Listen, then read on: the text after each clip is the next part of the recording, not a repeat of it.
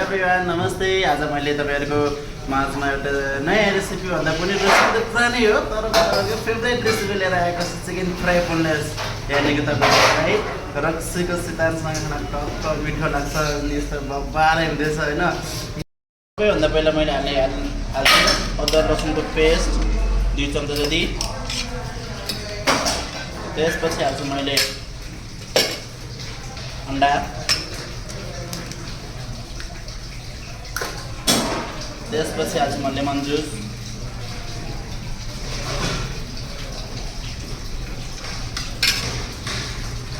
स्वाद अनुसारले नमक हाल्छु, स्वाद अनुसारले खुर्सानीको पाउडर, हल्का टेस्टिङ पाउडर, यसले टेस्टी मिठो बनाउँछ हैन। त्यसपछि म कर्नफ्लोर हल्का कर्नफ्लोर हालेँ यसमा मैले।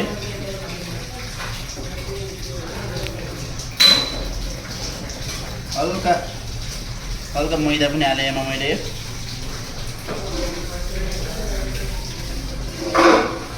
हल्का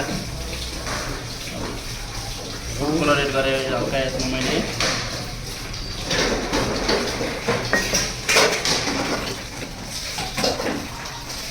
मजाले मैले मेन्सन गर्छु, मिक्स गर्छु होइन।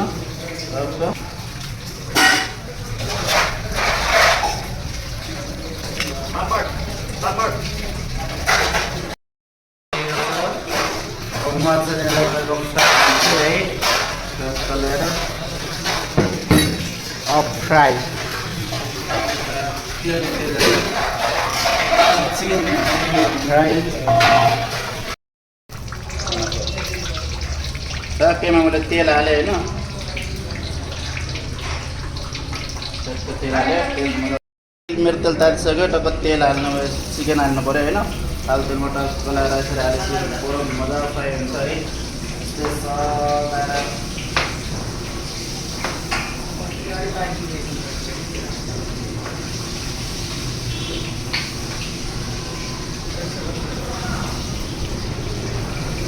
यो चाहिँ होइन यति फ्राई चाहिँ क्रन्ची टाइपमा बनाउने भने जस्तो बबाले हुन्छ कि होइन। अवश्य तपाईँहरू पनि ट्राई गर्नु होला, घरमा पनि सजिलो छ, त्यस्तो छैन।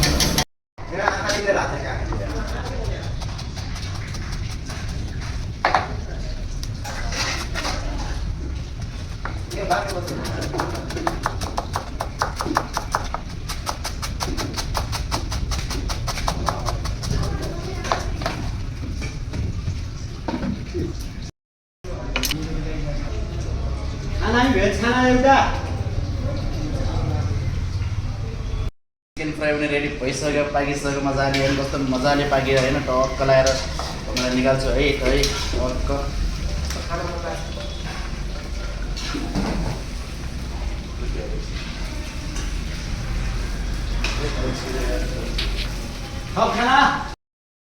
टक्क लगाएर हाम्रो चिकन फ्राई रेडी भइसकेको छ होइन। तपाईँहरू पनि अवश्य घरमा खाली हुनुहुन्छ, फ्री हुनुहुन्छ भने घरमा अवश्य ट्राई गर्नु होला। एकदम बब्बाले टेस्टी, एकदम मिठो बन्यो। वाउ, यस्तो favourite chicken boneless chicken fry तपाईँहरू पनि घरमा अवश्य ट्राई गर्नु होला। र मेरो यस्तै भिडियो हेर्नको लागि लाइक, कमेन्ट, सब्सक्राइब, सेयर गरेर नबिर्सनु होला। धन्यवाद।